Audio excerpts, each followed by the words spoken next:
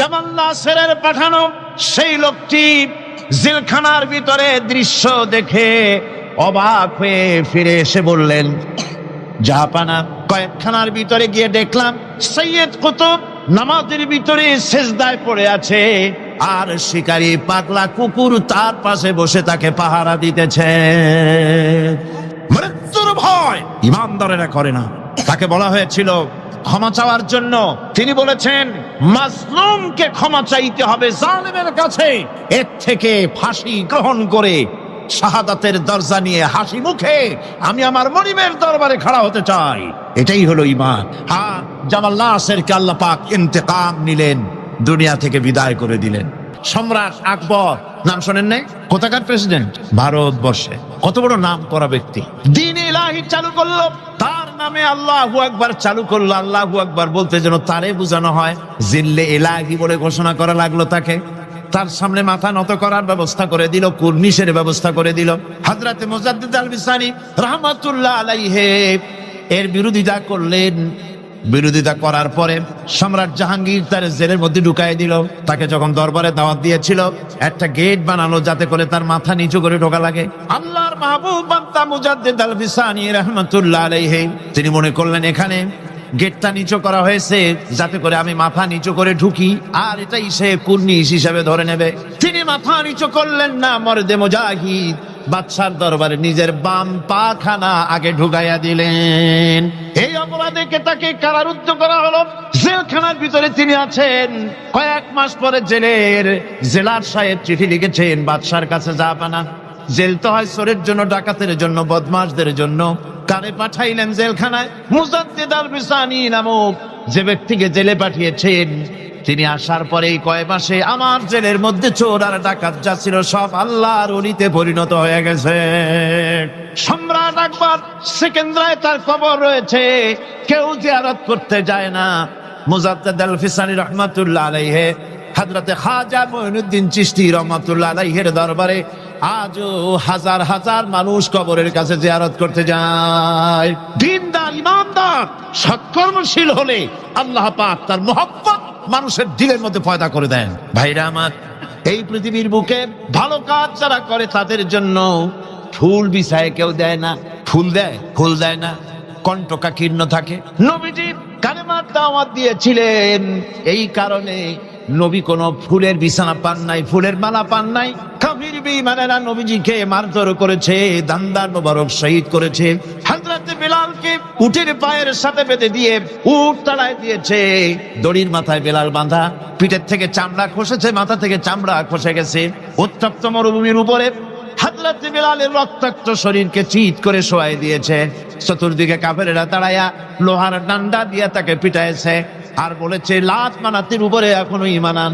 হযরত বেলাল একটা ভাঙ্গা আঙ্গুল কোন রকম আকাশের দিকে উঁচু করে বলেছেন, আহাদ আহাদ আহাদ লা ইলাহা ইল্লাল্লাহ লা ইলাহা লা ইলাহা ইল্লাল্লাহ মুহাম্মাদুর রাসূলুল্লাহ।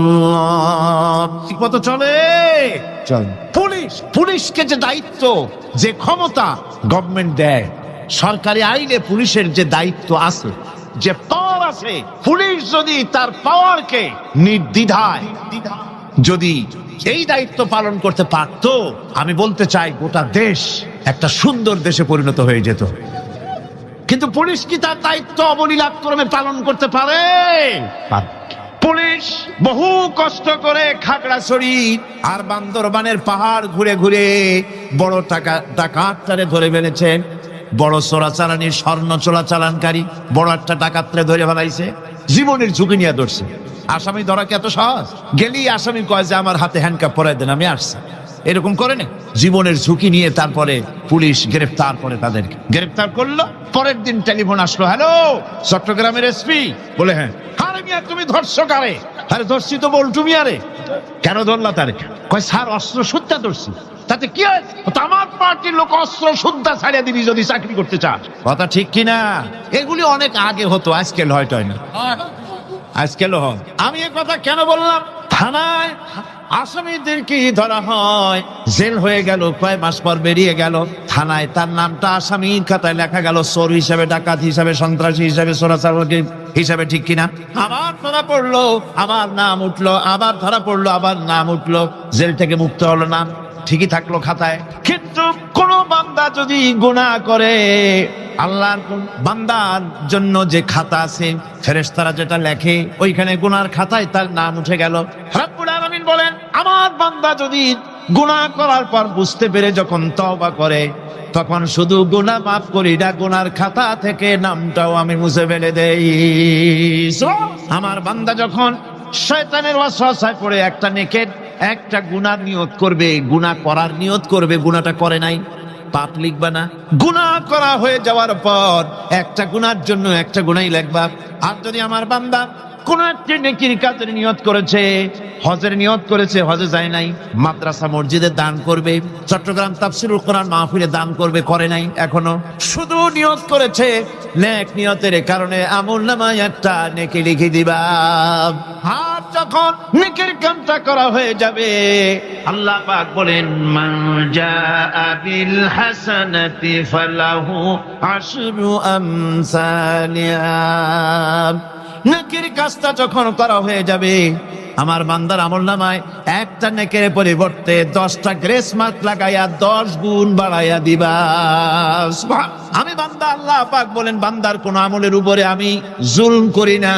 বান্দা যদি যে সব কাজ করবে, সমস্ত নেক কাজের জন্য আমি তাকে সওয়াব দান করব। শুধু তাই না, সৎকর্মশীল ব্যক্তিদের রুজিতে আমি বরকত দিয়ে দিব। সুবহানাল্লাহ কোন। ভালো কাজ যারা করবে তাদের রুজিতে আল্লাহ পাক কি করবেন? ফাল্লাযীনা আমানু ওয়া আমিলুস সালিহাতি লাহুম মাগফিরাতুন ওয়া রিজকুন কারীম। যারা ঈমান আনবে এবং ভালো কাজ করবে, আমি তাদেরকে উত্তম রিজক দান করব। শুধু তাই নয়, আমলে সালিহ যারা করবে, সৎকর্মশীল লোকদের, তাদের জন্য রয়েছে আমার কাছে ক্ষমা, মাগফিরাত। ওয়া ইন্নী লাগাফফারুন লিমান তাবা ওয়া আমানা ওয়া আমিলা সালিহান সুম্মা ইহতাদা। নিঃসন্দেহে আমি ক্ষমাশীল ওই সব বান্দাদের জন্য যারা সৎ কাজ করে, আমলে সালেহ করে, নেক কাজ করে, আর গুনাহ থেকে তওবা করে, আর এই তওবার উপরে, হেদায়েতের উপরে টিকে থাকে, আমি তাদের গুনাহকাশী আমি রব্বুল আলামিন মাফ করে দেই।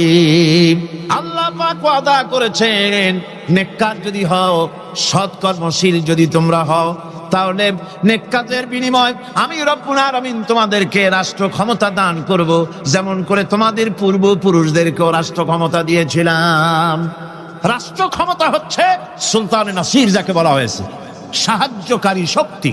রাসূল করিম সাল্লাল্লাহু আলাইহি সাল্লাম আল্লাহর কাছে সেখানে দোয়া করেছেন, রব্বি আদখিলনি মুদখালা সিদকিন ওয়া আখরিজনি মুখরাজা সিদকিন ওয়াজআলনি মিন লাদুনকা সুলতানান নাসিরা। আয় আল্লাহ, আমাকে সাহায্যকারী শক্তি আমাকে তুমি দান করো। এই সাহায্যকারী শক্তি হচ্ছে রাষ্ট্র ক্ষমতা। কি ক্ষমতা? রাষ্ট্র ক্ষমতা। এখন রাষ্ট্র ক্ষমতা কি জন্যে? রাষ্ট্র ক্ষমতা এই জন্যে যে রাষ্ট্রীয় পাওয়ার যদি আপনার হাতে না থাকে, তাহলে ইসলামের সকল আইন পালন করা সম্ভব নয়। ঠিক কিনা? ঠিক কিনা? আজ সমাজে সুদ চালু আছে নাকি নাই? জেনা চালু আছে নাকি নাই? জুয়া চালু আছে নাকি নাই? আমার ভাইরা, আমার এই দেশে, এই উপমহাদেশে, পাকিস্তান, ইন্ডিয়া, বাংলাদেশ, এই দেশগুলির মতো এত মাহফিল কোথাও হয় না। পৃথিবীর কোথাও এত মাহফিল হয় না। এই মাহফিলের কারণেই এই দেশের মানুষগুলি আল্লাহর মেহেরবানি, মাথায় টুপি আছে, মুখে দাঁড়িয়ে আছে, অসংখ্য মসজিদ মাদ্রাসা হয়েছে। আল্লাহর ওলিরা, বড় বড় আলেম এবং পীর বুজুর্গরা এই দেশে দ্বীনের দাওয়াত দিয়েছেন, সুদের বিরুদ্ধে কথা বলেছেন, ঘুষের বিরুদ্ধে কথা বলেছেন। কিন্তু আপনারা বলেন, এই শত শত বছর পর্যন্ত ওয়াজ নসিহত করে, পীর মুরিদি করে, আর তাফসীর করে, সুদ বন্ধ হয়েছে নাকি? বোঝেন না কথা? সুদ বন্ধ হয়েছে, ঘুষ বন্ধ হয়েছে, জেনা বন্ধ হয়েছে, বেশ্যালয় বন্ধ হয়েছে। কিয়ামত পর্যন্ত এই পদ্ধতিতে হবে না। কথা বুঝে আসছে? ওয়াজ করে, তাফসীর করে যদি সুদ আর ঘুষ বন্ধ হয়ে যেত, তাহলে রাসূলুল্লাহর চাইতে বড় ওয়াজ আল্লাহর দুনিয়ায় আর নাই। তিনি ওয়াজ করে বন্ধ করে দিতেন, কিন্তু তা হয় নাই। আল্লাহর ঘরের ভিতরে 360টা মূর্তি ছিল। 13টি বছর ধরে নবুয়াতের মক্কি জিন্দেগিতে আল্লাহর নবী একটা মূর্তিকেও আল্লাহর ঘর থেকে সরাই দিতে পারেন নাই, কথা ঠিক কিনা? কিন্তু যখন মদিনা মুনাওয়ারায় গেলেন, ইসলামী রাষ্ট্র হাতে পেলেন, এবার নবীজি ইসলামের রাষ্ট্রের প্রধান, এখন তিনি প্রেসিডেন্ট। সাহাবায়ে কেরাম আমলে সালেহ করেছে, ঈমান এনেছেন, আমলে সালেহ করেছেন, বদৌলতে আল্লাহ ক্ষমতা দিয়েছেন। এবার রাষ্ট্র ক্ষমতা হাতে। রাসূলুল্লাহ মক্কা দখল করলেন, কাবার ঘরের মধ্যে প্রবেশ করলেন, হাতে একটা লাঠি ছিল, মূর্তিগুলার মাথায় আঘাত করলেন, বললেন জা আল হক ওয়া যাহাকাল বাতিল ইন্নাল বাতিলা কানা যাহুকা। সত্য সমাগত, মিথ্যা অপসৃত। সমস্ত মূর্তিগুলি ঘর থেকে বের করে দিলেন। আজ আর কারো ক্ষমতা নাই এই মূর্তি টিকাবার জন্য আগায় আসে। সিনা পাইতে যে মূর্তি ভাঙ্গেন কেন? আছে কেউ? আছে কেউ? শুধু তাই না, কাবা ঘরে ঢোকার জন্য চাবি যার কাছে থাকে সে লোকের আজ আর টাকা লাগে নাই। এর আগে রাসূলুল্লাহ ঘরের মধ্যে ঢুকতে চাইছিলেন, ঢুকতে দেওয়া হয়নি, আরো গালাগালি দেওয়া হয়েছিল। আর আজকে চাবিওয়ালা দৌড়ে আসছে, হুজুর ঘরে ঢুকবেন না, এই নেন চাবি। আল্লাহ রসুল চাবি নিলেন, ঘরের মধ্যে ঢুকলেন, মূর্তিগুলো ফালাই দিয়া আল্লাহর ঘরের বাইরে এসে চাবির রক্ষককে ডেকে বললেন, এই চাবি তোমার কাছে থাকবে, কোন জালেম ছাড়া তোমার কাছ থেকে এই চাবি কেউ নেবে না। রাহমাতুল লিল আলামিন, কি ব্যবহারটা! এই চাবি তোমার কাছেই থাকবে। লোকটি স্পষ্টই বুঝতে পারলো তিনি কোনো সাধারণ মানুষ নন, সাধারণ কোন দেশ দখলকারী বাদশা নন। নিঃসন্দেহে তিনি আল্লাহর নবী। তিনি পড়ে নিলেন লা ইলাহা ইল্লাল্লাহু মুহাম্মাদুর রাসূলুল্লাহ। আজ পর্যন্ত ওই চাবি ওই বংশের লোকের কাছেই থাকে, কারণ রাসূলুল্লাহ বলেছেন জালেম ছাড়া এই চাবি তোমার কাছ থেকে কেউ নেবে না। এখন বাদশাও চাবি নেয় না, যেহেতু হাদিস অনুযায়ী জালেম হয়ে যাবে। রাসূলুল্লাহ ঘরে ঢুকলেন, মূর্তিগুলি ভালাই দিলেন, হাত সুদ বন্ধ করে দিলেন, ঘুষ বন্ধ করে দিলেন। বাংলাদেশে কিয়ামত পর্যন্ত যদি ওয়াজ হয়, সুদ ঘুষ বন্ধ হবে না। তবে হ্যাঁ, বাংলাদেশে একটা জায়গা আছে যেখানে বসে সুদ একদিনই বন্ধ করে দেওয়া যায়। সেটা কোন জায়গা? কোন জায়গা? আপনারা খুব ভালো করে বুঝেছেন, সেটার নাম সংসদ। কিন্তু গোটা জাতির কপাল খারাপ, যারা সুদকে মায়ের সাথে জিনা করার মতো গুনাহ মনে করে, সেই লোকগুলির আধিক্য পার্লামেন্টে জাতি বানাইতে পারে নাই। যদি তা হতো, বাজেট বক্তৃতার ভেতরে আমি বলেছিলাম, স্পিকার সাহেব, এই বাজেট যারা তৈরি করেছে সরকার এবং এই বাজেট প্রস্তুতকারী, কিয়ামতের দিন অবশ্যই আল্লাহর দরবারে আসামি হবেন, কারণ পুরা বাজেট সুদ ভিত্তিক। আর সুদকে আল্লাহ পাক হারাম করে দিয়েছেন, জঘন্যতম হারাম। সুদের মধ্যে 70টি গুনাহ, তার 70 গুনাহ হলো নিজের মাকে নিকাহ করা। নাউযুবিল্লাহি মিন যালিক। ভাগ্য আমরা বদলাতে চাই, ঠিক কিনা? কিন্তু বিশ্বাস করুন, আল্লাহ রাব্বুল আলামিনের কোরআন আমার হাতে। বিশ্বাস করুন, এ ভাগ্য সমাজতন্ত্র বদলাইতে পারে নাই, পুঁজিবাদ বদলাইতে পারে নাই, ধর্ম নিরপেক্ষ মতবাদ বদলাতে পারবে না, কখনোই পারবে না। জাতির ভাগ্য বদলাবে শুধু কোরআনের আইন। কিসের আইনে বদলাবে? এই কোরআন ছাড়া ভাগ্য বদলাবার আর কোনো পথ। কোরআনের দিকে গিয়ে আসুন। শুধু তাফসীর শোনার জন্য পাগল হলে হবে না, আমল করতে হবে। মাওলানা সৈয়দ সালমান নদভী সাহেব তিনি যে কথাটা বলেছেন, কি দারুণ কথা বলেছেন। তাফসীর শুধু শুনলে হবে না, শুনে একজন দায়ী হয়ে যান, আপনারা কোরআনের দাওয়াতকারী হয়ে যান, বাড়ি বাড়ি ডোর টু ডোর চলে যান, মানুষকে বুঝান জাতীয়তাবাদ, পুঁজিবাদ, সমাজবাদ, ধর্মনিরপেক্ষ মতবাদ, সকল বাদের পরিণতি বরবাদ। ইসলামের পরিণতি আবাদ। ইসলামের পরিণতি কি? আবাদ। ইসলামের দাওয়াত দেন, কোরআনের দাওয়াত দেন, আর প্রস্তুতি গ্রহণ করুন। নির্বাচন যখন আবার আসবে, কোরআনের লোকগুলো পাঠাই দিবেন। আল্লাহ যেন তৌফিক দেন, আল্লাহ যেন তৌফিক দেয়। জোরে কোন আমিন। ভাইরা আমার, আমলে সালেহ যারা করবে, সৎ কাজ যারা করবে, আল্লাহ তাদের জন্য জান্নাত দান করবেন। জোরে বলেন সুবহানাল্লাহ। রব্বুল আলামিন বলেন, ওয়াল্লাযীনা আমানু ওয়া আমিলুস সালিহাতি সানুদখিলুহুম জান্নাতিন তাজরি মিন তাহতিহাল আনহার খালিদিনা ফিহা আবাদান। আল্লাহ রাব্বুল আলামিন বলেন, যারা ঈমান এনেছে আর যারা সৎ কাজ করেছে, আমি তাদেরকে অবশ্যই জান্নাত দান করব। সুবহানাল্লাহ। এমন জান্নাত দেব যেই জান্নাতের নিচের থেকে সতত প্রবাহিত নহর প্রবাহিত রয়েছে। এত সুন্দর জান্নাত তারা পাবে, এটা হচ্ছে আল্লাহর ওয়াদা। এটা কার ওয়াদা? সৎকর্ম যদি করেন, ভালো কাজ যদি করেন, আল্লাহ পাক সৎকর্মশীলদের জন্য জান্নাত দিবেন। তারপরে আল্লাহ আবার কি বলছেন শোনেন, আল্লাহ পাক বলেন সন্দেহ করো না, আমার কথায় কোনো সন্দেহ করো না। ওয়াদাল্লাহি হাক্কান ওয়া মান আসদাকু মিনাল্লাহি কিলা। আল্লাহর ওয়াদা অবশ্যই হক। আল্লাহর চাইতে সত্যবাদী আর কে হতে পারে? কে হতে পারে? আল্লাহর কথাগুলো বিশ্বাস হয় না। ওই যে নির্বাচনের সময় কে একজন কইলো, এবার আমাকে পাঠা জম্বের খাওয়া খাইবা, রাস্তাগুলা সোনা দিয়ে বানাই দেবো, গরুর গাড়ি চাকার মতো জিলাপি বানাই দেবো, খাইতে গিয়ে শীত হয়ে থাকবা। মানুষেরা মহব্বতের ঠেলায় অস্থির। আরে মুসলমান, একটা শাড়িতে ভুলে যায়, একটা লুঙ্গিতে ভুলে যায়, 10টা টাকায় ভুলে যায়। আপনারা মনে কিছু নেবেন না তো? একটা ছাগলও তার দাম হয় 500 টাকা, 1000 টাকা, 2000 টাকা, কিন্তু নির্বাচনের সময় আল্লাহর বান্দাদের দাম যারা ভোট দিতে যায়, এই ছাগলের সেই কমে যায়, 50 টাকা 100 টাকা বিক্রি হয়ে যায়। আপনারা কিছু মনে নিলেন না তো? রাগ করেন না, আমি দৃষ্টান্ত দেওয়ার জন্য দুঃখিত। এটা হলো বাস্তব, এটা আমাদের সমাজের বাস্তবতা। আমাদেরকে বুঝতে হবে, আমাদেরকে চিনতে হবে কার পিছনে দৌড়ায়। ওটা কি নামাজ পড়ে? ও তো আল্লাহর হক আদায় করে না, মানুষের হক আদায় করবে কিভাবে? ওর নামাজ নাই, ওর চরিত্র নাই, মদ খায়, বউ পর্দায় থাকে না, কিসের নেতা? নেতৃত্ব তো সেই দিতে পারে যার দিন আছে, ঈমান আছে, চরিত্র আছে, আল্লাহরে ভয় করে। ইউসুফ আলাইহিস সালাম, জুলাইখা তাকে আটকায় ফেলেছে ঘরের মধ্যে, তালা দেওয়া, খিল দেওয়া, সিটকানি মারা, পালাবার পথ নাই, চতুর্দিকে উলঙ্গ নগ্ন চিত্র। আর এই সুন্দরী যুবতী নারী জুলাইখা তার প্রেম নিবেদন করেছে হযরত ইউসুফের কাছে। যৌবনে ভরা টকবগে যৌবনের যুবক হযরত ইউসুফ আলাইহিস সালাম, সৌন্দর্যের পিরামিড, বাঁচার কোনো পথ নাই জুলাইখার কুপ্রবৃত্তি চরিতার্থ করে দেওয়া ছাড়া। কিন্তু হযরতে ইউসুফ আলাইহিস সালাম আল্লাহ রাব্বুল আলামিনকে ডাকলেন, হতাশায় ভেঙে পড়লেন না, আল্লাহকে ভয় করলেন, আল্লাহকে ডাকলেন। আল্লাহকে ডেকে, আল্লাহকে ভয় করে তালাবদ্ধ দরজার দিকে যখন দৌড় মারলেন, রব্বুল আলামিন আপন কুদরতে দরজার তালাগুলি খুলে দিলেন। ভাইরা আমার, এভাবে করে মুমিনেরা কখনো হতাশ হয় না। ফাইন্না মাআল উসরি ইউসরা, ইন্না মাআল উসরি ইউসরা। মনে রাখতে হবে, দুঃখ কষ্টের সাথে থাকে সুযোগ সুবিধা, আর প্রত্যেক অসচ্ছলতার সাথে থাকে উদার সচ্ছলতা।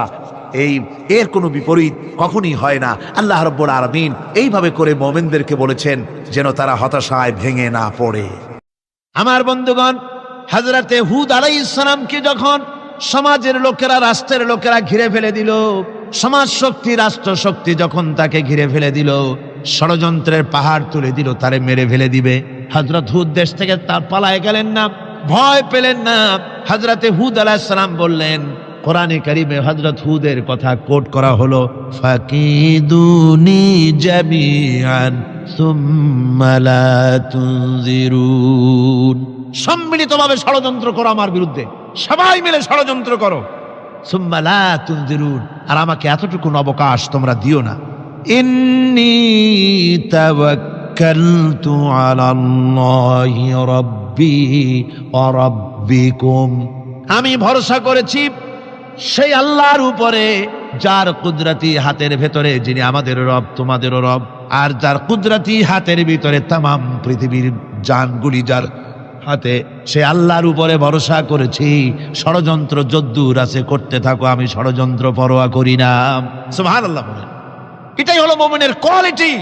শুধু ঈমান, লা ইলাহা ইল্লাল্লাহু মুহাম্মাদুর রাসূলুল্লাহ, গরুর গোশত খাই, আর রবিউল মাস আসতে পরে ইয়া নবী সালাম আলাইকা, ইয়া রাসূল সালাম আলাইকা, তারপরে গরম গরম জিলাপি আর রসগোল্লা খাইলাম খুব বেশি করিয়া, এর নাম মুমিন নয়। মুমিন হচ্ছে তার চলায় ফেরায়, ওঠায় বসায় সাহসিকতার এক আন্দাজ তৈরি হবে সে। আমার ভাইয়েরা, বিপদে অবিচলতা আমাদেরকে পয়গম্বরেরা শিক্ষা দান করেছেন। হযরত ইউনূস আলাইহিস সালাম মাছে তারে গিলে ফেলে দিল, হতাশায় তিনি হার্ট ফেল করেন নাই। মাছের পেটের মধ্যে যদি কেউ চলে যায়, বেরিয়ে যাওয়ার জন্য কোনো ব্যাকডোর আছে নাকি? কোন পালাবার কোন রাস্তা আছে? মাছের পেটের জানালা দরজা আছে? কিছুই না। তিনি হতাশ হলেন না, মাছের পেটের ভেতরে বসে হযরত ইউনূস আলাইহিস সালাম বুক ভরা আশা নিয়ে আল্লাহর দরবারে তিনি ঘোষণা করলেন, লা ইলাহা ইল্লা আনতা সুবহানাকা ইন্নী কুনতু মিনাজ জালিমিন। পড়েন না সবাই, লা ইলাহা ইল্লা আনতা সুবহানাকা ইন্নী কুনতু মিনাজ জালিমিন। হযরত ইউনূস আলাইহিস সালাম বললেন, আল্লাহ তুমি ছাড়া কোনো ইলাহা নাই, তোমার পবিত্রতা ঘোষণা করছি, আমি জালিমদের অন্তর্ভুক্ত হয়ে গেছি। তিনি যখন চিল্লাচ্ছিলেন, মাছির পেটের ভিতরে বসে যখন কাতরুক্তি করতেছিলেন, আল্লাহ বুঝি তখন শোনেন নাই সে কথা? কি বলেন? আল্লাহ বুঝি তখন তন্দ্রায় বা নিদ্রায় ছিলেন?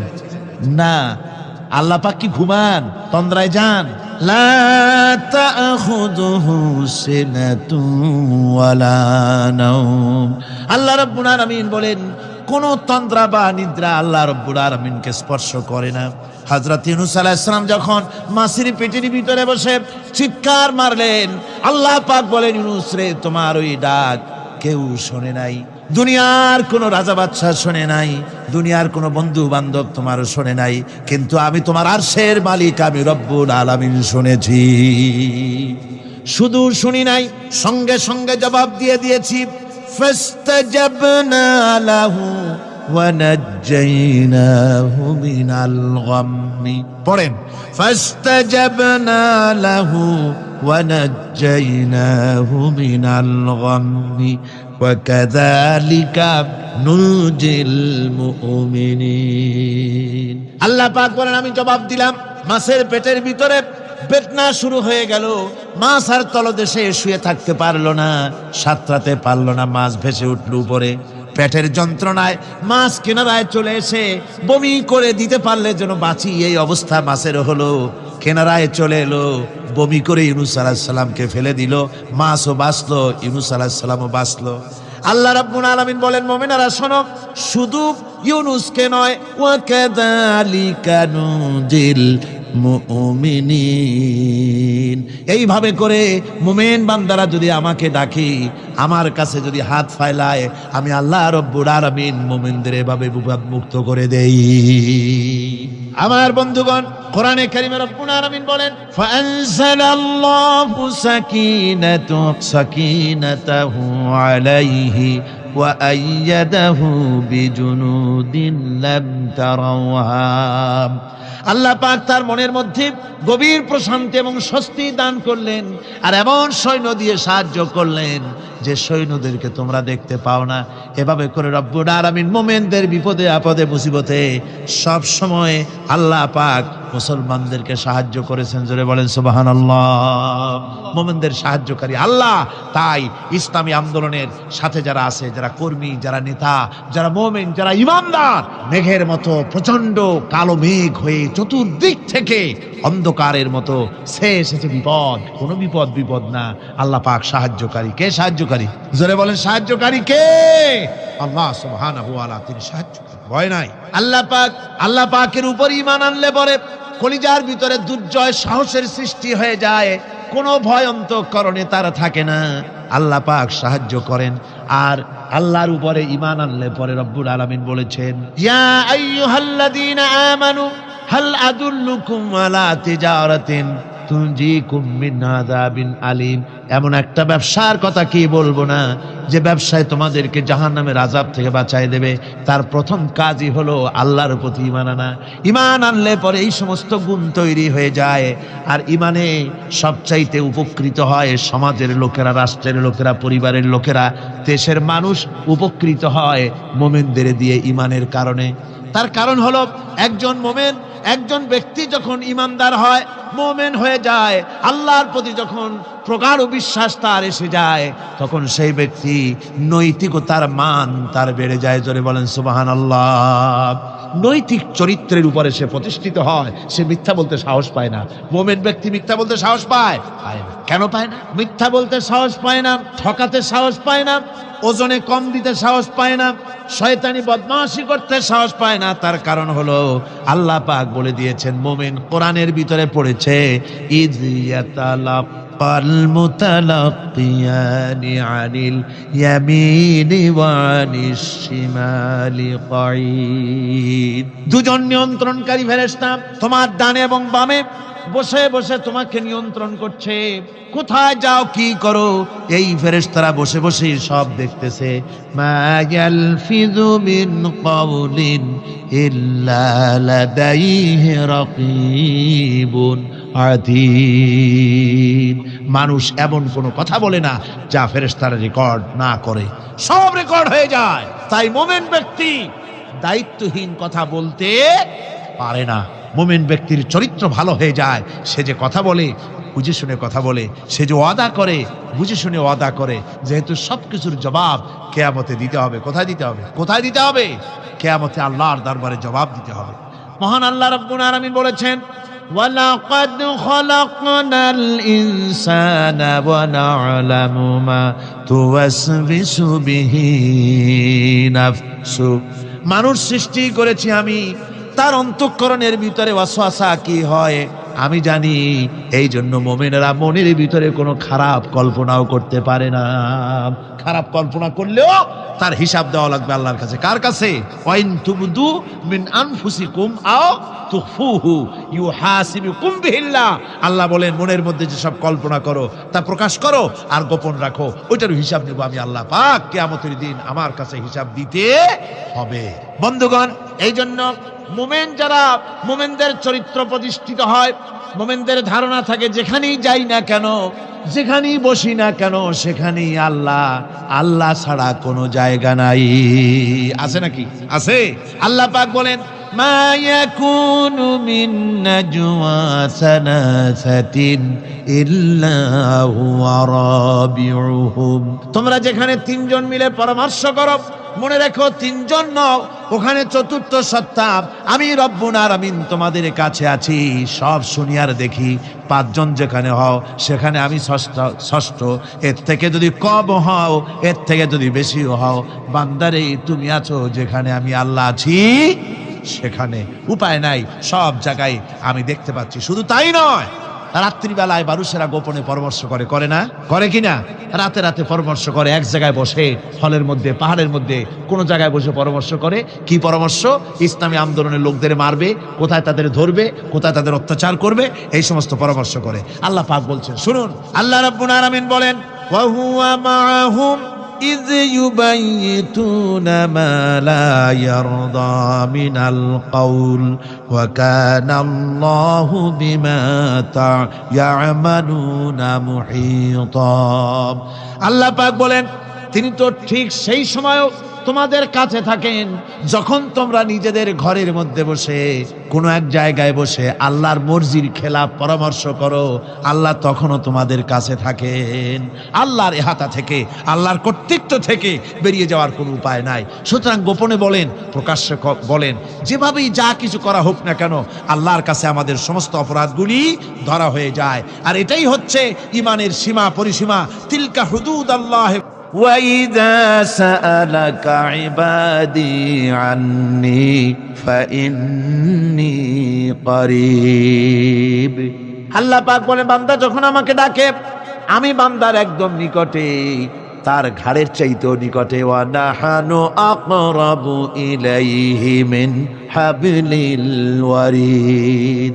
আমি আমার বান্দার সারা যে রগের উপরে তার মাথা, এর থেকেও আমি আমার বান্দার বেশি নিকটে। সুবহানাল্লাহ পড়ে। আমি তোমার কাছে, আমার কাছে মাপ চাও, যত বড় গুনাহ হোক। ওয়াকালা রাব্বুকুম উদউনি আস্তাজিব লাকুম। তোমার প্রভু তোমাকে ডেকে বলেছে, আমাকে ডাকো, আমি মাফ করে দেব। সুবহানাল্লাহ বিহামদি। কত বড় কথা! আমাকে ডাকো, নিরাশ হয়েও না, হতাশ হয়েও না। আল্লাহর গজব বেশি না রহমত বেশি? আল্লাহর রহমত বেশি। হাদিসে কুদসির ভিতরে এসেছে, আল্লাহ পাক বলেছেন, কোন বান্দা যদি আমার দিকে এক বিগত অগ্রসর হয়, আমার রহমত তার দিকে এক হাত এগিয়ে যায়। কোন বান্দা যদি আমার দিকে হেঁটে আসে, আমার রহমত তার দিকে দৌড়ে যায়। বান্দা যখন আল্লাহর দরবারে দুহাত উঁচু করে চোখের পানি ফেলে দেয়, মুসলিম শরীফের হাদিসের ভিতরে এসেছে, গভীর রাত্রে, রাতের তৃতীয় অংশে আল্লাহ রাব্বুল আলামিন প্রথম আকাশে আসেন। আর ডেকে বলেন, পৃথিবীতে আছো নাকি কেউ গুনাহ করে জীবন বরবাদ করে দিয়েছো, আমার কাছে মাপ চাও। ঋণগ্রস্ত আছো, অসুস্থ আছো, অপমানিত আছো, কে আছো মাজলুম, আমাকে ডাকো, আমার কাছে বলো, আমি ডাকের সাড়া দেব, জীবনের আশা পূরণ করে দেব। ওই সময় যেই সমস্ত লোকেরা কান্দে তাহাজ্জুদের নামাজ পড়ে, আল্লাহ জিজ্ঞেস করেন ফেরেশতারা, অমুক অমুক দেশ অমুক অমুক বান্দারা কান্দে কেন? ফেরেশতারা বলে, রব্বুল আলামিন তুমি তো ভালো করে জানো। আল্লাহ বলেন, জানি, তবুও তোমাদের মুখে শুনতে চাই। তারা বলে, রব্বুল আলামিন তোমার এই বান্দা গুনাহ করেছে, গুনার জন্য মাপ চায়, জাহান্নাম থেকে বাঁচতে চায়। আল্লাহ পাক বলেন, ফেরেশতারা আমার এই বান্দারা আমারে দেখেছে নাকি? বলে দেখে নাই। বলে আমার দোজখ দেখেছে নাকি? বলে না, তাও দেখে নাই। আমার বেহেশত দেখেছে নাকি? বলে না, তাও দেখে নাই। আল্লাহ পাক বলেন, ফেরেশতারা সাক্ষী থাকো, ওরা আমাকে দেখে নাই, আমার বেহেশত দোজখ কিছুই দেখে নাই, শুধুমাত্র আমার নবীর কথা, আমার কোরআনের কথা বিশ্বাস করে আরামের ঘুমকে হারাম করে যেভাবে তারা কাঁদতেছে, সাক্ষী থেকে যাও ফেরেশতারা, আমার রহমতের দরিয়ায় জোশ মেরেছে, আমার ওই ক্রন্দনরত বান্দাগুলিকে আমি আল্লাহ মাফ করে দিলাম। সুতরাং মুমিন বান্দা যারা, আল্লাহর মুমিন বান্দা যারা, এই ইমানের কোয়ালিটি, এটাও হতাশায় নিরাশায় ভেঙে পড়বে না। গুনাহ তো মানুষই করে, গুনাহ হয়ে গেছে, মাপ চাও। তোমার গুনাহ কদ্দুর? তোমার গুনাহ যদি হয় পাহাড় সমান, আল্লাহর রহমত আকাশ সমান। জাহান্নামের কঠিন শাস্তি থেকে বাঁচতে হলে আল্লাহর প্রতি ঈমান আনতে হবে। আর ঈমান আনলে যে কোয়ালিটিগুলি হওয়া উচিত, সেগুলি আমি আপনাদের সামনে আলোচনা করছি। এরপর আরেকটি কোয়ালিটি হবে মুমিনের, তা হলো কঠোর কঠিন বিপদে অবিচল থাকবে, বিপদে ভেঙে পড়বে না। বিপদ আপদ, শত্রুতা, ক্ষয় ক্ষতি যা কিছু হয় সবই আল্লাহর পক্ষ থেকে, এটা মেনে নিতে হবে এবং ধৈর্য ধারণ করতে হবে। বিপদ মুসিবত শুধু উম্মতের জন্য নয়, দুনিয়ার সমস্ত নবীদের বিপদ এসেছে, হয় নাই? নবীদের বিপদ আসে নাই? কোরআনে কারীম থেকে শুনুন, আল্লাহ রাব্বুল আলামিন বলেন, وَكَذَلِكَ جَعَلْنَا لِكُلِّ نَبِيٍّ عَدُوًّا مِّنَ الْمُجْرِمِينَ। আল্লাহ পাক বলেন, এমনি করে আমি সকল নবীদের শত্রু বানিয়ে দিয়েছি সব পাপিষ্ঠ আর অপরাধ প্রবণ লোকদেরকে। প্রত্যেক যুগে নবীদের শত্রু ছিল, প্রত্যেক যুগে নবীদের কি ছিল? শত্রু ছিল। সে শত্রু কারা ছিল? আল্লাহ পাক বলছেন, নবীদের শত্রু ছিল পাপিষ্ঠ আর অপরাধ প্রবণ লোক, এরাই ছিল নবীদের দুশমন।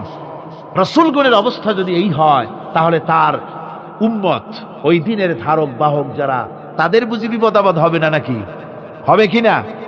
তো ইসলামের বিরোধিতা যারা করে, কোরআনের পরিভাষায় বলা হয়েছে ইসলামের দুশমন, নবীদের দুশমন।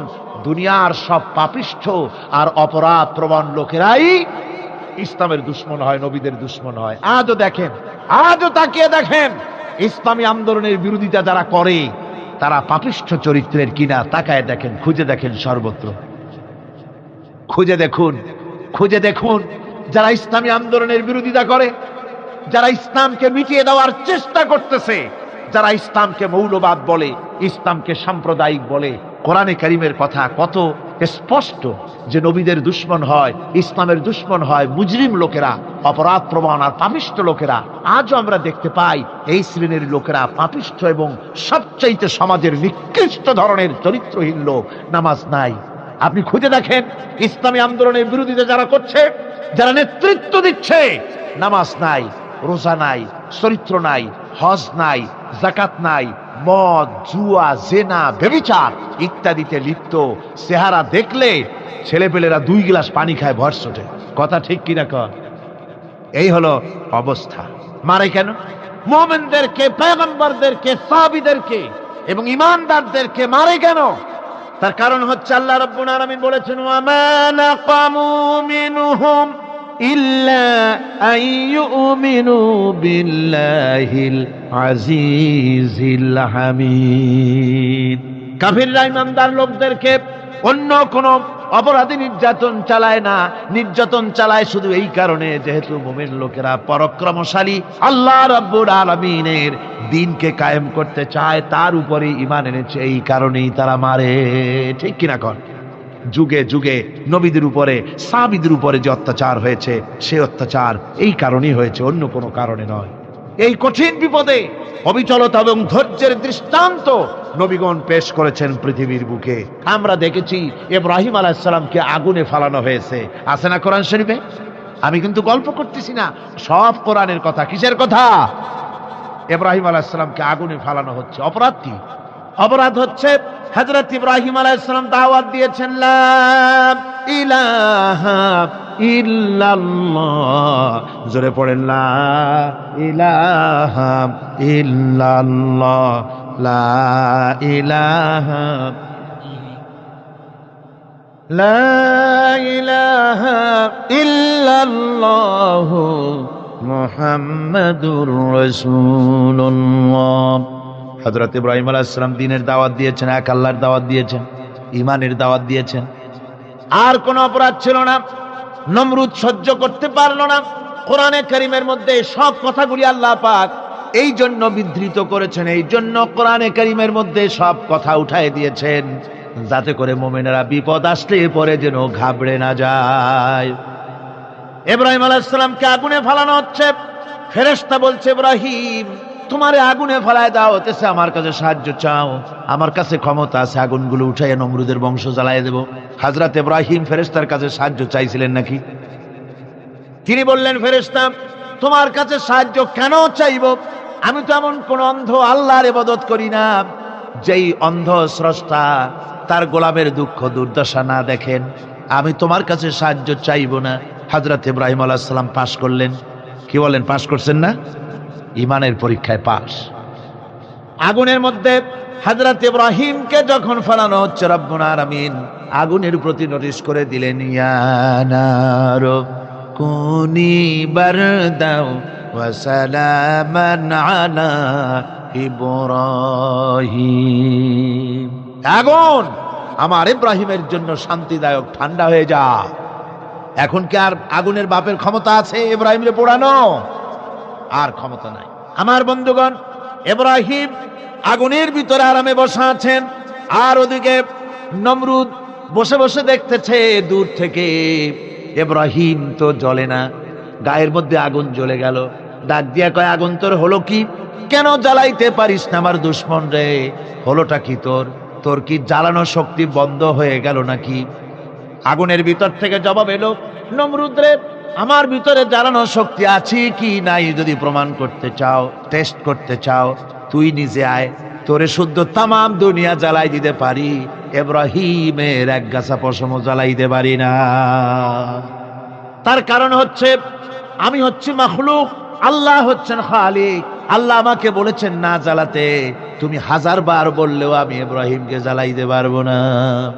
কোরআনে কারিমে ঘটনা বলে মুমিনদেরকে সাহস দেওয়া হচ্ছে, মুমিনেরা দ্বীনের কাজ করতে গিয়ে বিপদ আবাজ আসবে, ঈমানের দাবি হলো বিপদ আসবে, আর বিপদ আসলে ঘাবড়ায় যেও না, মুসিবতে পড়ে চিন্তায় পেরেশানে হয়রান হয়ে যেও না। বিশ্বকবি আল্লামা ইকবাল কি সুন্দর করে বলেছেন, আজ ভি হো জু ইব্রাহিম কা হিমা পয়দা आग कर सकती है एक अंदाज गुलिस्तां पैदा। ইব্রাহিমের ঈমান যদি আজিও কোথাও হয় বিদ্যমান, করতে পারেন অগ্নিকুণ্ডে খুবসুরত এক গুলিস্তান। আজও যদি আগুনের ভিতরে কোন নমরুদ কোন ইব্রাহিমকে যদি ফেলে দেয়, আল্লাহ রাব্বুল আলামিন আজও আগুনকে ফুলের বাগান বানায়া দিবেন। সুবহানাল্লাহ।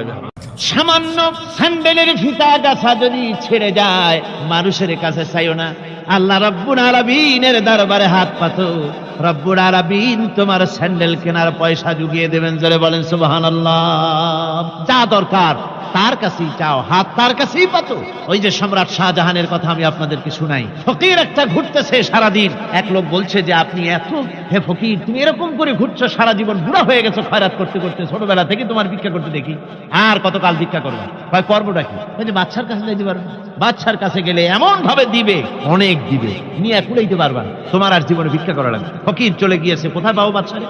দেখো মসজিদে পাবা। এখন তিনি নামাজ চলে গিয়েছে, সেখানে মসজিদের বারান্দায় দাঁড়ায় দেখে সম্রাট শাহজাহান হাত পেতে মোনাজাত করতেছেন, চোখের থেকে পানি পড়ে দাড়ি ভিজে ভিজে পড়ে। মোনাজাত শেষ করে বাদশা যখন বাইরে নেমেছেন, তখন ফকির তাকে সালাম দিয়ে চলে যান। বাদশা বলছেন, তুমি আমাকে সালাম দিয়ে চলে যাচ্ছ, তুমি তো ভিক্ষুক। আমার কাছে তো সমস্ত ভিক্ষুকই আমার কাছে চায়, ভিক্ষুক তো ভালো, ধনীরাও আমার কাছে চায়, তুমি ভিক্ষুক মানুষ আমার কাছে তুমি চাইলে না, সালাম দিয়ে চলে যাও। ফকির বলতেছেন, যা পানা সত্যি কিছু চাইতে এসেছিলাম, কিন্তু আমি আপনাকে দেখার পরে আমার চিন্তার পরিবর্তন হয়ে গেছে।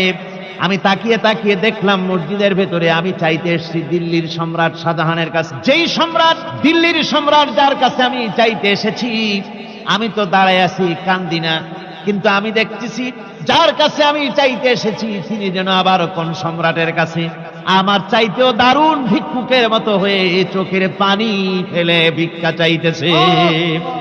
মনে মনে ভাবলাম, মানুষের কাছে ভিক্ষা চাইবো না কোনদিন আর। বাদশা কান্দে, যেই বাদশার কাছে ওই সম্রাটের সম্রাট রাজা ধীরাজ আল্লাহর কাছে ছাড়া কারো কাছে জীবনে আর হাত পাতবো না। হযরত আবু হুরায়রা রাদিয়াল্লাহু তাআলা আনহু একবার রাসূল করিম সাল্লাল্লাহু আলাইহি ওয়াসাল্লামের দরবারে কাঁদতেছিলেন। হুজুর জিজ্ঞেস করলেন, আবু হুরায়রা তুমি কাঁদো কেন? হযরত আবু হুরায়রা বলেন, হুজুর আমার মা আমাকে মেরেছে, আমি সেই জন্য কাঁদতেছি। হুজুর বলেন, মা তোমাকে মারলো কেন? কোনো বেয়াদবি করেছো নাকি? তিনি বললেন, না কোনো বেয়াদবি করি নাই, তবে মারলো কেন? হযরত আবু হুরায়রা বলেন, হুজুর আমার মা হচ্ছেন মুশরিকা, আমার মা কাফের। আমি অনেক রাত হয়েছিল বাড়ি ফিরতে, আমার মা জিজ্ঞেস করলো এত রাত কোথায় ছিলি? আমি বললাম, মা তাম পৃথিবী যে কদম মোবারক চুমতে পারলে নিজেকে ধন্য মনে করে, আমি সেই রাসূলের দরবারে ছিলাম, আসতে দেরি হয়ে গেছে। ইয়া রাসূলুল্লাহ, আপনার নাম শোনা মাত্র আমার মায়ের গায়ে আগুন জ্বলে গেল। সহ্য করতে না পেরে আমাকে মায়ের আরম্ভ করে দিল। বলল, আবু হুরায়রা হয় আমার বাড়ি ছাড়বি, না হয় মুহাম্মদ সাল্লাল্লাহু আলাইহি ওয়াসাল্লামের ঘর ছাড়বি, কোনটা করবি কর। আমি বললাম, মা তোমার গায়ে যত শক্তি আছে সমস্ত শক্তি দিয়ে তুমি আমাকে প্রহার করো, আমি তামাম তোমার বাড়িটা সুদ্ধা তামাম দুনিয়া ছেড়ে দিতে পারি, কিন্তু রাসূল পাক সাল্লাল্লাহু আলাইহি ওয়াসাল্লামের কদম মোবারক ছাড়তে পারি না। ভাইরা আমার, হযরতে আবু হুরায়রা কাঁদতেছেন। আল্লাহর নবী বলেন, তুমি কাঁদো কেন? তোমার মা তোমাকে মেরেছেন, আমি এখানে কি করব? এখানে তো আমি কোনো দখল আন্দাজ করতে পারি না, আমি কি করতে পারি? এখানে ইন্টারফেয়ার তো আমি করতে পারি না, মা তোমারে মেরেছে। হযরত আবু হুরায়রা বলেন, ইয়া রাসূলুল্লাহ, মায়ের বিরুদ্ধে কোনো নালিশ করার জন্য আপনার কাছে আমি আসি নাই। বলে, কেন এসেছো? হযরত আবু হুরায়রা বলেন, হুজুর এসেছি এই জন্যে, আমি জানি আপনি যদি আল্লাহর দরবারে কোনো ব্যাপারে দোয়া করেন, আল্লাহ রাব্বুল আলামিন তা মঞ্জুর করে নেন। আপনি মেহেরবানি করে আমার মায়ের হেদায়েতের জন্য আল্লাহর কাছে দোয়া করুন। হুজুর সাল্লাল্লাহু আলাইহি ওয়াসাল্লাম দুহাত উঁচু করলেন, বললেন, আল্লাহুম্মা ইহদি উম্মা আবি হুরায়রা, আয় আল্লাহ আবু হুরায়রার মাকে তুমি হেদায়েত নসিব করে দাও। এই দোয়া রাসূল করতেছেন। হুজুরকে দোয়ার মধ্যে ফেলে রেখে আবু হুরায়রা দৌড় আরম্ভ করেছে বাড়ির দিকে। পেছন থেকে কয়েকজন সাহাবী তারা দৌড়ে গেল। আবু হুরায়রা দৌড়ায় কেন? এত ভদ্র মানুষ, কোনো সময় কারোর সাথে রাগারাগি করে না, দৌড়ায় কেন? নিশ্চয়ই কোনো বিপদ বুঝি হয়ে গিয়েছে, পিছন থেকে জামা টেনে ধরেছে, কি হয়েছে, দৌড়াও কেন? হযরত আবু হুরায়রা বলেন, আমার জামা ছেড়ে দাও, আমাকে দৌড়াতে দাও, আমি দৌড়াইয়া বাড়ি পৌঁছে গিয়ে দেখতে চাই আমি আগে দৌড়ে বাড়িতে গেলাম না নবীজির দোয়া আমার আগে আমার বাড়ি পৌঁছে গেল, কোনটা হলো আমি সেটা দেখতে চাই। হযরত আবু হুরায়রা দৌড়াতে দৌড়াতে ঘরের কাছে গিয়ে নক করেছে। ভিতর থেকে আওয়াজ এলো, কে? কিছুক্ষণ পর মা আমার বেরোলেন, মাথার চুল দিয়ে পানি পড়তেছে, বুড়া মানুষ। মা আমার কাছে এসে বলল, বাবা তোমাকে মারার পর আমি বড় অনুতপ্ত হয়েছি, মনে মনে অনুশোচনা করেছি, আরে আমার ছেলে তো কোনো খারাপ জায়গায় যায় নাই, কোনো খারাপ মানুষের কাছে যায় নাই, মারলাম কেন? বড় অনুতপ্ত হয়ে গেছি আমি। এই অনুশোচনা করে আমি এই মাত্র গোসল করেছি, আমাকে নিয়ে চলো তুমি বিশ্ব নবী রাসূলুল্লাহর দরবারে।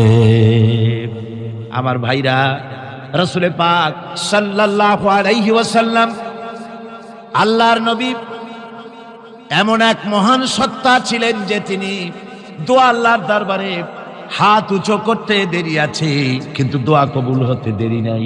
কুতুবে সুবহানী শেখ মুহিউদ্দিন আব্দুল কাদের জিলানী রাহমাতুল্লাহ আলাইহি তিনি বলেছেন, মুনাজাত করতে গিয়ে আবেগে বলেছেন, রব্বুল আলামিন আমি যদি তুমি যদি দয়া করে আমাকে জান্নাত দাও, আর তোমাকে যদি আমি না পাই, তুমি যদি আমার সঙ্গে দেখা না করো, আমারে যদি কথা না বলো, তাহলে এই জান্নাত আমার কোনো লাভ নাই।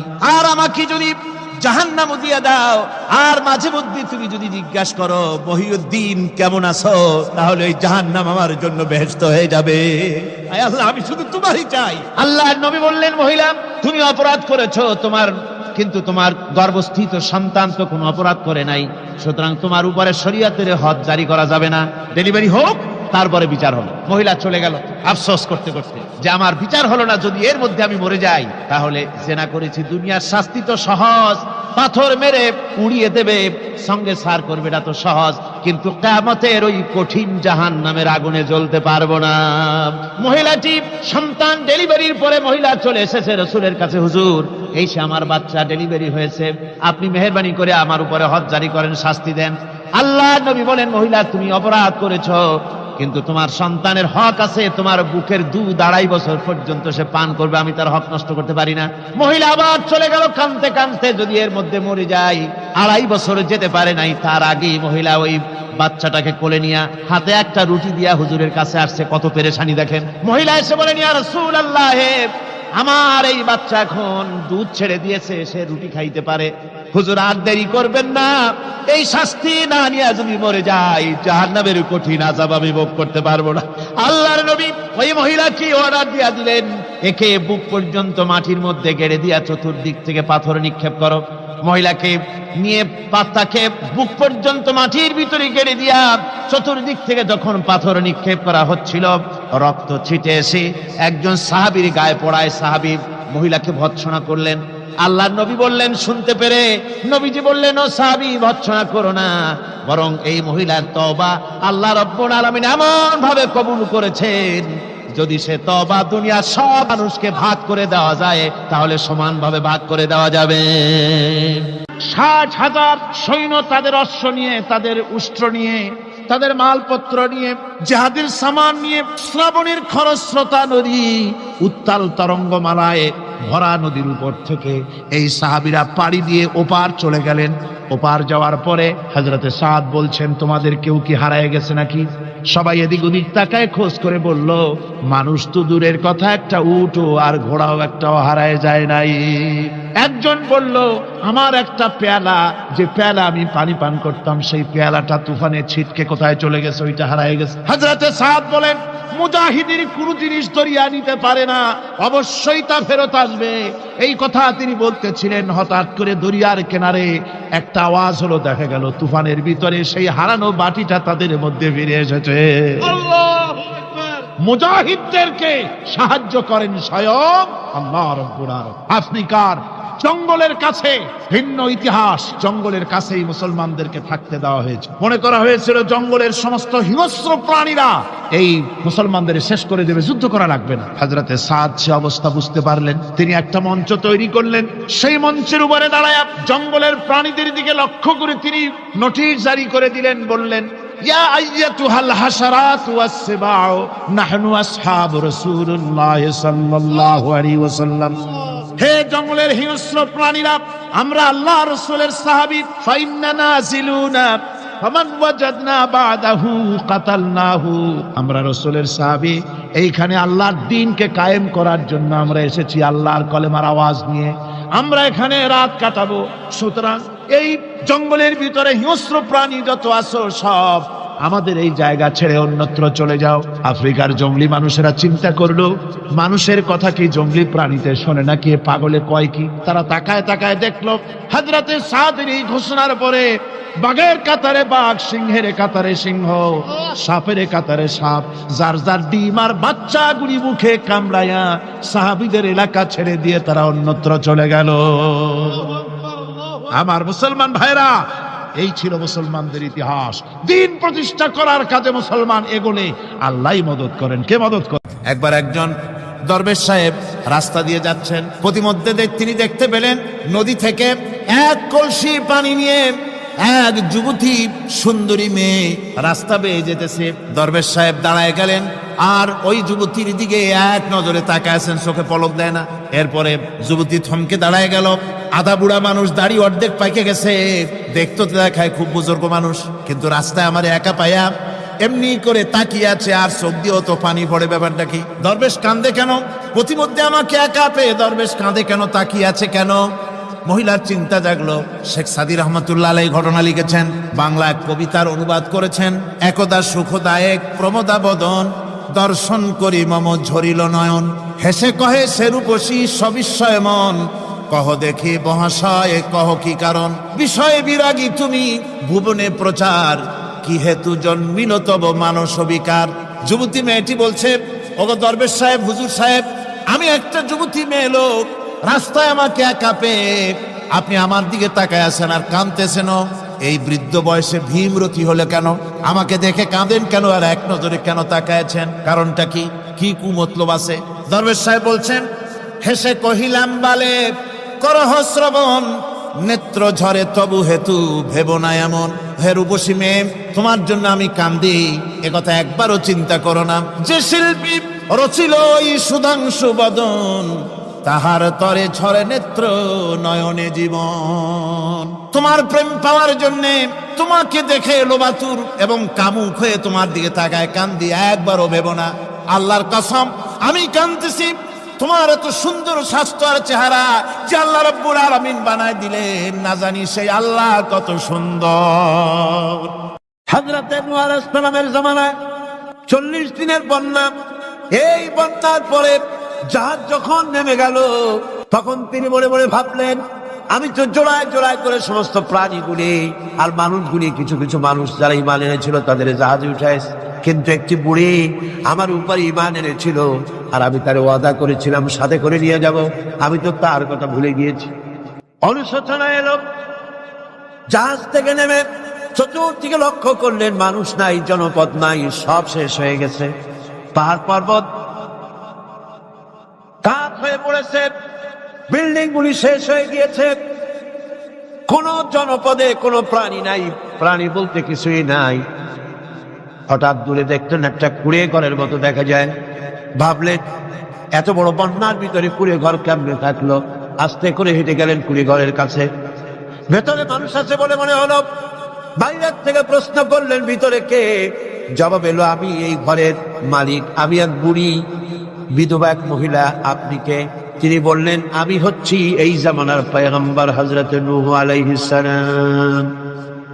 বুড়ি বলছেন, আমারও ধারণা তাই। আপনি আমাকে ওয়াদা করেছিলেন বন্যা হলে পরে, বন্যার আভার যখন আপনি পাবেন, আমাকে আপনি সাথে করে জাহাজে উঠায় নিয়ে দিবেন। আমার মনে হয় বন্যা কবে হবে সেই খবর দেওয়ার জন্য আপনি এসেছেন। হযরত নূহ আলাইহিস সালাম সিজদায় পড়ে কাঁদতে লাগলেন, বললেন, রব্বুল আলামিন, তোমার কুদরত বোঝার ক্ষমতা আমার নাই। 40 দিন পর্যন্ত পানির ভিতরে মানুষ কেমনে জীবিত রইল? আল্লাহ পাক শোনালেন, রোরে বিপদ যখন এলো, তুমি তোমার উম্মতকে ভুলে যেতে পেরেছো, ভুলে গিয়েছো, কিন্তু আমি রব্বুল আলামিন রহমানুর রহিম, আমি আমার বান্দিরে ভুলি নাই। পানির স্রষ্টা আল্লাহ, পানির ভিতরে তিনি বাঁচাতে পারেন, আবার তিনি আগুনের ভিতরে বাঁচাতে পারেন, সব কিছু করতে পারেন, সমস্ত ক্ষমতা আল্লাহ পাকের। মুনাফাব, তুমি কাকে ভয় দেখাতেছ? তোমার তরবারি এই সমাজের কিছু কাফেরেরা ভয় করতে পারে, তুমি কি আমারে চেনো নাকি? তুমি কারে ভয় দেখাও? তাম পৃথিবীর সমস্ত কাফেরদের উপরে আল্লাহ রাব্বুল আলামিন আমাকে বাঘ বানায় পাঠিয়েছেন। তরবারি দিয়ে প্রমাণ হবে। মুনাফাব বলে, তুমি আঘাত করো, কয় না, আক্রান্ত হলে পরে তারপরই জবাব দেব। এরপরে মুরাখাব আঘাত হানতে লাগলো। হযরতে আলী সমস্ত রণকৌশল দিয়ে আঘাতগুলি তিনি ফিরিয়ে দিতে লাগলেন। এরপরে হযরতে আলী বলছেন, মুরাখাব এবার তৈরি হও আমার আঘাত সহ্য করার জন্য।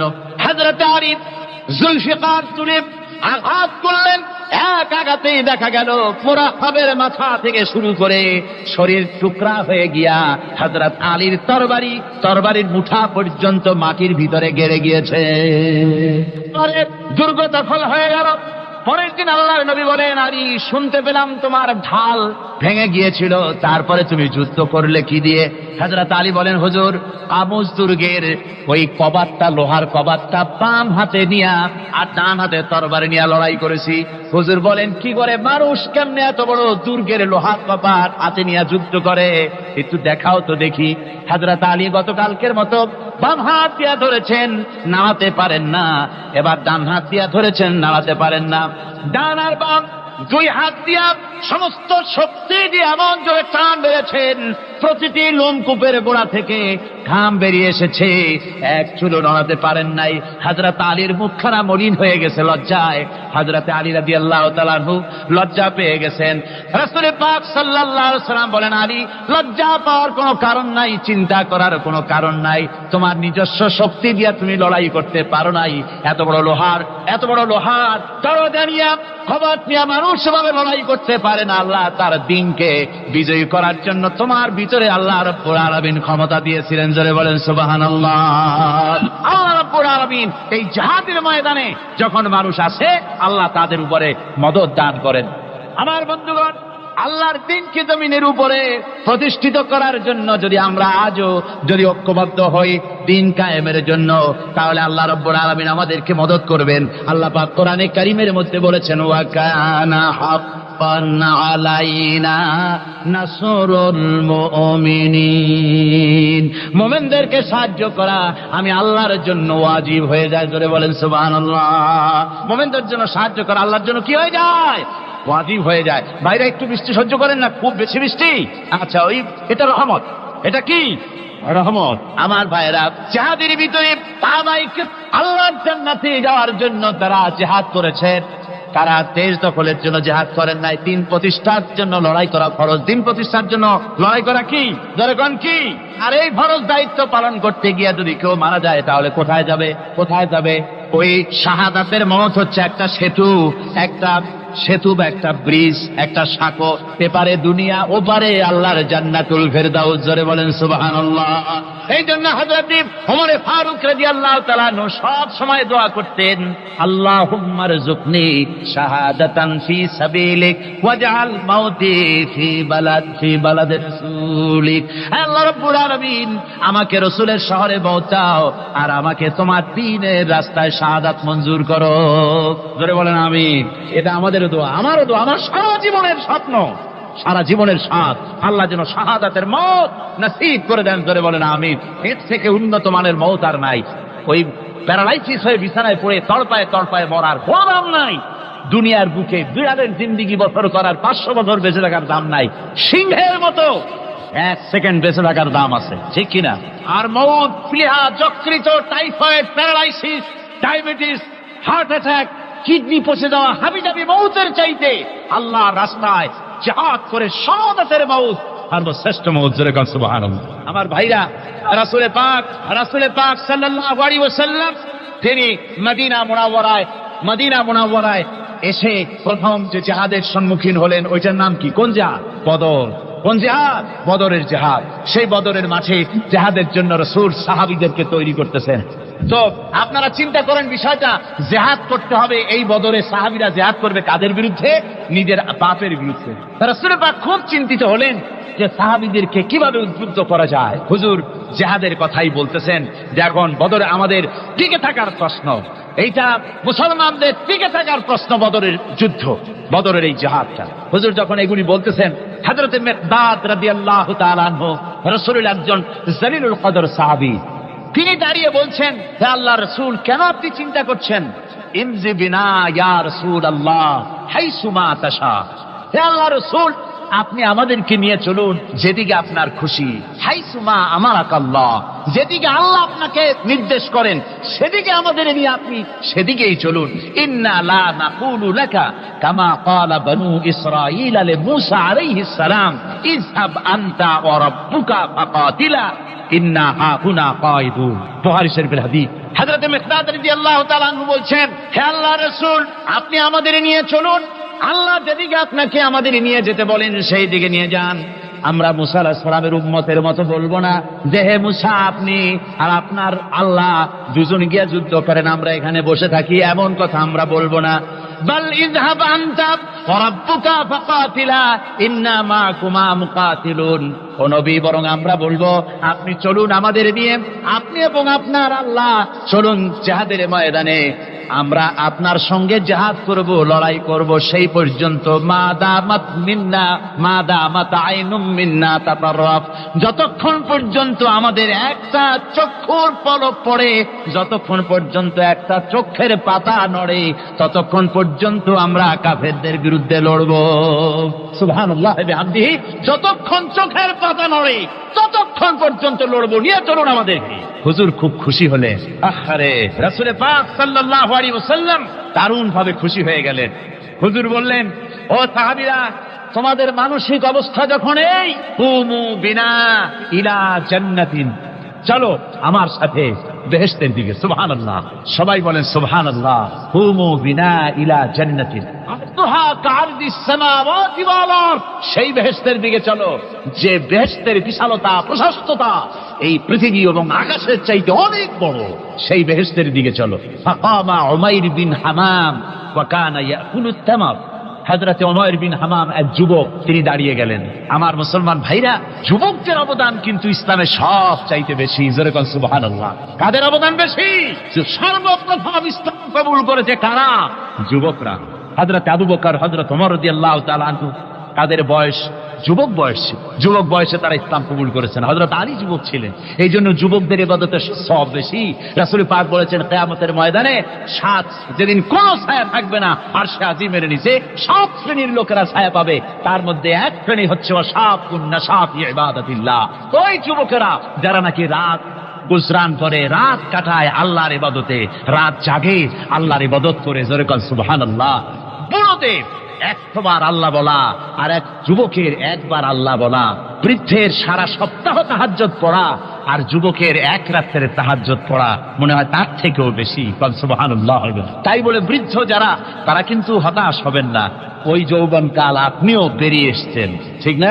সুতরাং যুবকদের অবদান বেশি। হযরত উমাইর বিন হামাম রাদিয়াল্লাহু তাআলা আনহু, তিনি দাঁড়িয়ে গেলেন, তার হাতে ছিল ওয়া কানা ইয়াকুলুত তামার, তিনি খরমা খাচ্ছিলেন, হাতে ছিল কয়েকটা খরমা, তিনি খরমাগুলি হাতে নিয়ে দাঁড়িয়ে বলছেন ওয়াকালা বাখবাখ, তিনি বলছেন, বাখবাখ শব্দ এটা হচ্ছে লুগাল মুহাল্লিয়া, অর্থাৎ আঞ্চলিক শব্দ। এর অর্থ হচ্ছে মা আযমাহু ওয়া মা আহসানাহু। কি আশ্চর্য, কি সুন্দর, কি বিরাট, কি সুন্দর কথা আপনি বললেন হে রাসূল।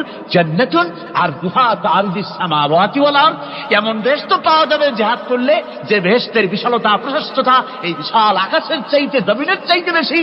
ওয়াল্লাহি লাউ কুনতু হাইয়ান হাত্তা আকুলাহুন্না, আমি যদি, ওয়াল্লাহি আল্লাহর কসম, আমি যদি এই খরমাগুলো যদি খাইতে থাকি, ইন্নাহা লা হায়াতুন তাবিলা, তাহলে তো এটা অনেক লম্বা হায়াত লাগবে।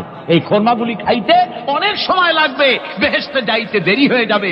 সুতরাং এই খরমা তো আর খাওয়া যাবে না। ফারামাবিহিন না, হাতের খরমাগুলি সব ফেলে দিয়ে জিহাদের ময়দানে লাফায় পড়লেন। অনেকগুলি কাফেরকে জাহান্নামের ঘাটে উতরায় দিয়া হযরত ওমর নিজেও শাহাদাত বরণ করলেন। জিহাদের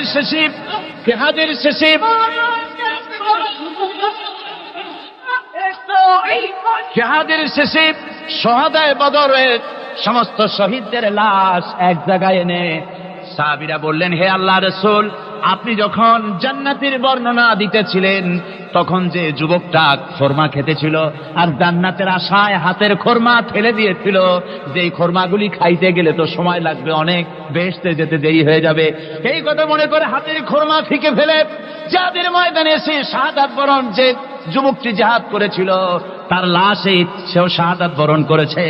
রাসূল পাক হযরত ওমরের চেহারার দিকে লক্ষ্য করে তার দিকে অঙ্গুলি সংকেত করে হুজুর বলছেন, ইন্নাকা মিন আহলিহা, ওমর, যে বেহেশতের জন্য তুমি খরমা খাওয়ার ধৈর্য ধরতে পারো নাই, আমি নবী সাক্ষী দিচ্ছি তুমি সেই জান্নাতের অধিবাসী। আমার ভাইরা, ওই জান্নাতে যাওয়ার জন্য, আল্লাহর দ্বীনকে প্রতিষ্ঠার জন্য আমাদেরকে ঐক্যবদ্ধ হতে হবে। আল্লাহর দ্বীনের জন্য, আল্লাহর নবীর যে আদর্শ, সে আদর্শ প্রতিষ্ঠার জন্য এগিয়ে আসতে হবে। যদি আমরা তা করতে পারি, আমরা সংখ্যায় কত, আমাদের অস্ত্র আছে কি নাই, আমাদের জনবল কত, আমাদের সৈন্যবল কত, এগুলি প্রশ্ন না। প্রশ্ন হচ্ছে ওয়ালা তাহিনু ওয়ালা তাহসানু ওয়া আনতুমুল আলাউনা ইন কুনতুম মুমিনিন। কোনো ভয় নাই, কোনো চিন্তা নাই, যদি তোমরা মুমিন হও আমি আল্লাহ তোমাদেরকে বিজয়ী করব। জোরে বলেন সুবহানাল্লাহ।